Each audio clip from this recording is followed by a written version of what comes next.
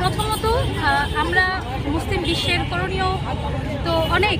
এখন আমি 3টা করণীয় বলবো। প্রথম যে করণীয় সেটা হচ্ছে আমাদের প্রথমত নিজেদেরকে চিনতে হবে এবং পরবর্তীতে যারা আমাদের শত্রু আছে তাদেরকে আমাদেরকে চিনতে হবে। আমরা জানি যে কিছুক্ষণ আগেই আমাদের একজন বক্তা বলেছেন যে বর্তমান যে জায়োনিস্ট তারা মূলত আমাদের থেকে আমাদের সম্পর্কে বেশি জানে, বেশি পড়ে এবং আমাদের সম্পর্কে তারা বেশি জানে বলেই তারা আমাদের উপরে হচ্ছে যে আমাদের দুর্বল পয়েন্টগুলো তারা জানে এবং সেইটা ট্রিগার করেই মূলত তারা হচ্ছে যে আমাদের বিরুদ্ধে তাদের অস্ত্রগুলোকে অ্যাপ্লাই করে। তো এই জায়গা থেকে যেহেতু আমরা প্রায় 200 বছর যাবৎ পিছিয়ে আছি, জ্ঞানতাত্ত্বিক জায়গা থেকে পিছিয়ে আছি, পলিটিক্যাল জায়গা থেকে পিছিয়ে আছি, অ্যাট দ্য সেম টাইম আমরা মিলিটারি জায়গা থেকেও পিছিয়ে আছি।